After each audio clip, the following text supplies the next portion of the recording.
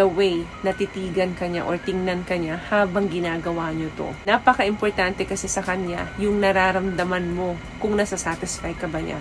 Very, very important sa isang taong nagmamahal sa'yo na masatisfy ka niya. Isa-set aside niya muna yung gusto niya. Maitim ba skin, underarm at singit mo? K-Skin ang bahala sa'yo. Premium ang ingredients, paraben-free and sulfate-free, and FDA-approved, kaya safe for everyone. With K-Skin, ibalik ang alindog mo. Huwag nang magpahuli. Hi guys! Welcome back to our channel. Kamusta po kayong lahat? Sana ay nasa mabuti po kayo. At sa lahat ng di pa po nakakakilala sa akin, my name is Cheryl Ting. At kung bago lang po kayo sa channel na to, pwede po bang makahingi ng isang favor to please consider to subscribe dito po sa ating channel. At wag nyo na rin po sanang kalimutan i-follow ang ating Facebook page official and also ang ating TikTok account, Cheryl Ting. Maraming salamat po. And for today's video is another concern video po. Ang sabi niya is, how to tell, Miss Che, if a person loves you during sex. Alam mo, ang hirap nitong tanong mo.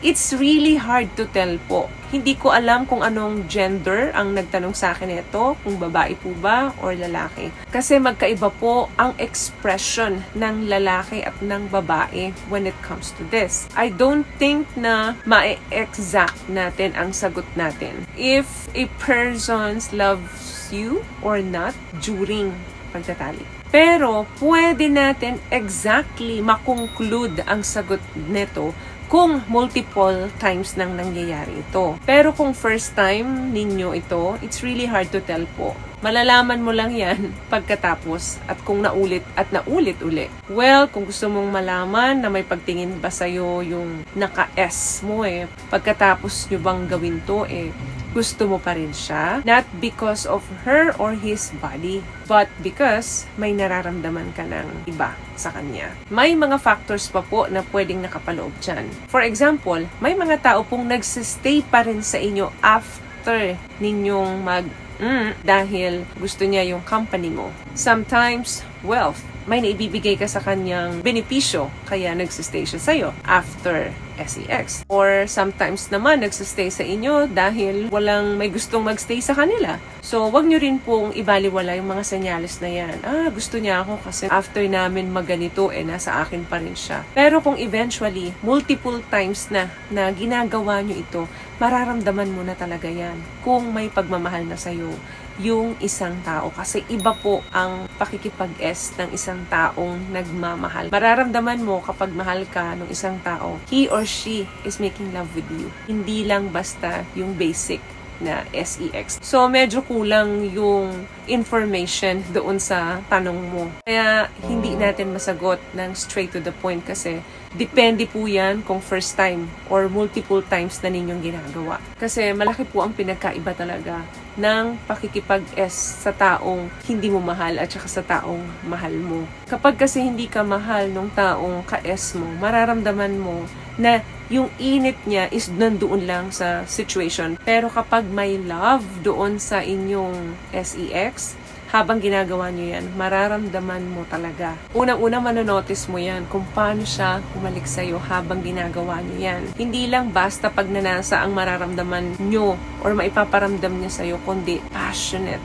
Yes, very passionate po ang halik ng isang taong may pagmamahal sa atin. What I love about this product, itong No More Dark Secret ng K-Skin, bukod sa may advanced whitening na siya, na kung saan pwede niyang matulungan na pumuti yung mga singit-singit mo, moisturizing, meron siyang anti-irritation, antibacterial, maintain healthy pH level. Hindi lang pambabae, meron din po tayong pang-lalaki. Pangalawa, touch, the way na hawakan ka niya habang ginagawa niyo ang iba't ibang position, paano kanya i-handle, paano kanya hawakan, paano kanya alalayan na hindi ka masasaktan or magiging comfortable ka. Meron talagang closeness between the two of you. Pangatlo, the way natitigan kanya or tingnan kanya habang ginagawa nyo to. Napaka-importante kasi sa kanya yung nararamdaman mo kung nasasatisfy ka ba niya. Very, very important sa isang taong nagmamahal sa'yo na masatisfy ka niya. Isa-set aside niya muna yung gusto niya kasi ang igagawin niya muna is yung gusto mo. So, nandoon po yung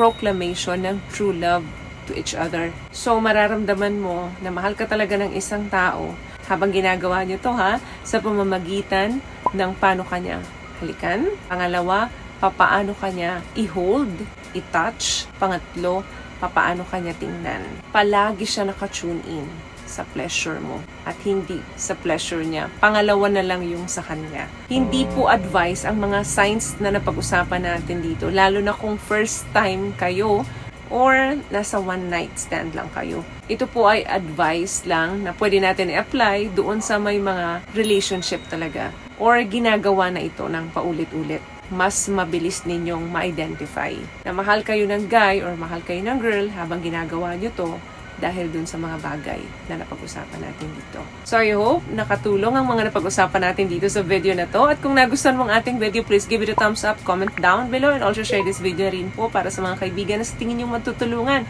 ng video natin. Once again, palagi po kayong mag-iingat at palagi po kayong manalangin. Thank you guys for watching and see you in our next one. Always love yourself and be a blessing. Bye!